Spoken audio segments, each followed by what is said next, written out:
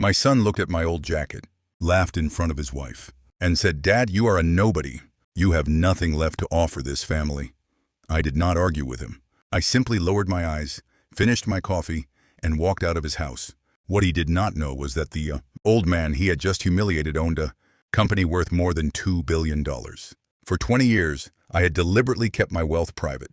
I wanted my children to grow up believing that success came from hard work, not from waiting for their father to hand them everything. My name is William Harper, and I built Harper Global from a tiny office into an international company with investments across technology, real estate, and energy.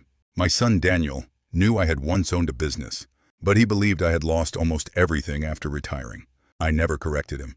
I wanted to know whether my children loved me for who I was or for what I could give them. For years, Daniel barely called unless he needed money. Then one afternoon, he invited me to his expensive new house and proudly showed me the life he had built. I congratulated him, but when I mentioned that I was proud of the work he had done himself, he laughed. "Work? Dad, I am successful because I know how to deal with important people. You should be grateful I even invited you here." His words hurt, but I stayed silent. Then he handed me a document and told me he wanted me to sign away my remaining business interests. I looked at the papers carefully and noticed the name of the company he was trying to take control of. It was one of my largest private investments. Daniel had no idea he was asking his own father to sign over part of a fortune he did not even know existed. I placed the papers back on the table and quietly said, "You should probably read the full name of the owner before asking me to sign anything." My son frowned, picked up the document, and froze when he saw the signature at the bottom. It was mine. My son stared at the signature as if he had just seen a ghost. "Dad, this cannot be you." I leaned back in my chair and said nothing. He quickly pulled out his phone and searched the company name. Within seconds, his face changed. The website showed the same name, the same company logo, and the same photograph of me that I had kept hidden from him for years. Harper Global, founder and chairman, William Harper. Daniel looked at me, then at the screen, unable to speak. His wife grabbed the phone from his hand and began reading the information herself. The company had recently been valued at more than $2 billion, with businesses in several countries and hundreds of employees.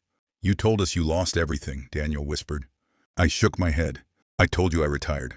You decided the rest." He immediately changed his tone. Suddenly, the man he had called a nobody was no longer an embarrassment. He started talking about family, loyalty, and how proud he had always been of me. I listened quietly because I had heard those words before, just never when he believed I had money. Then Daniel leaned forward and asked the question I had been expecting. "Dad, if you own all of this, why did you let us believe you were broke?" I looked him directly in the eyes. "Because I needed to know whether you loved me or my money." His face turned pale. Before he could answer, my private attorney walked through the front door carrying a thick black folder. He placed it on the table and said, "Mr. Harper, the board has approved the transfer. Your son is no longer eligible to purchase the company." Daniel looked confused. "Purchase the company? What are you talking about?" My attorney opened the folder and turned it toward him. Inside was a document that revealed Daniel had been secretly negotiating to take control of Harper Global without my permission. "Your son has been trying to remove you from your own company for 6 months. I looked at the documents again, hoping there was some mistake, but there was none. Daniel had spent 6 months secretly meeting with executives, investors, and lawyers, trying to convince them that I was too old to manage Harper Global. He had even prepared a plan to replace me as chairman and move the company under his control. I looked at my son and asked quietly, "Why?" He did not answer at first. His wife finally spoke. "Because he believes the company should belong to him." Daniel immediately interrupted her. "I built my own career. I deserve a chance to run something bigger." I shook my head. "You never asked for a chance. You tried to take it." My attorney placed another document on the table. It showed that Daniel had already promised several investors control of parts of the company in exchange for their support. My stomach tightened. If he had succeeded, billions of dollars and thousands of employees could have been affected. Daniel suddenly stood up.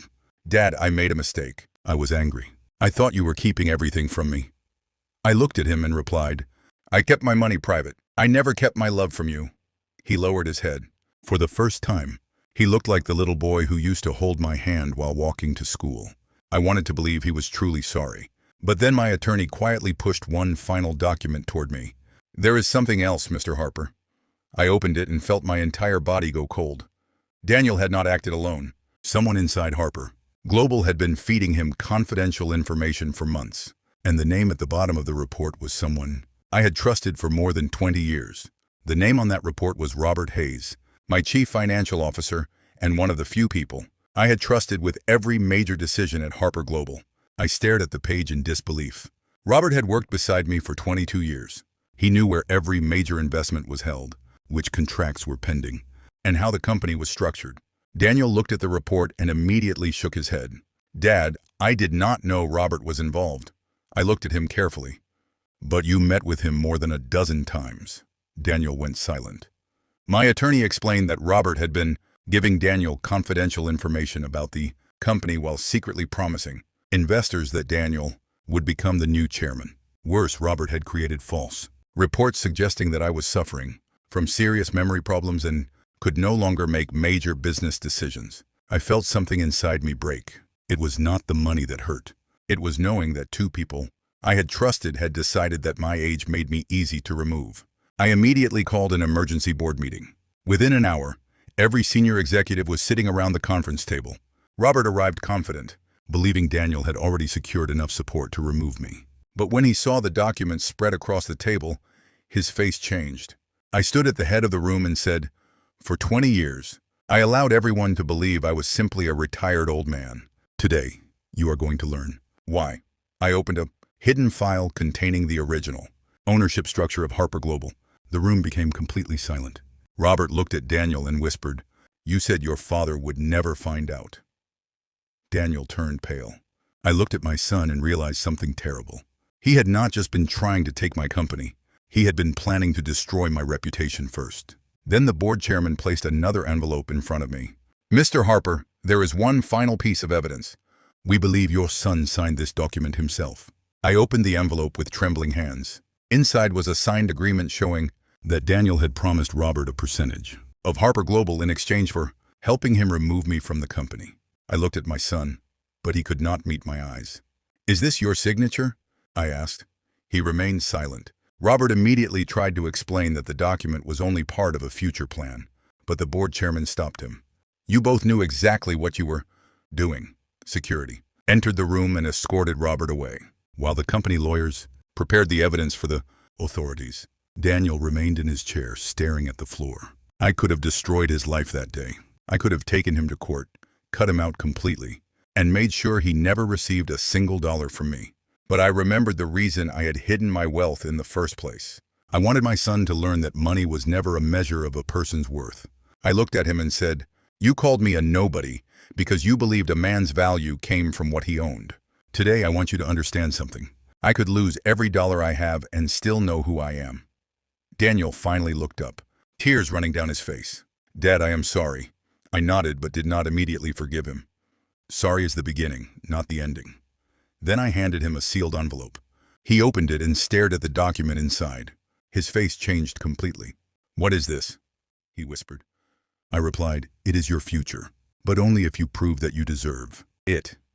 Inside was a job offer from Harper Global, not as an owner, not as an executive, but as an ordinary employee who would have to earn his position from the ground up.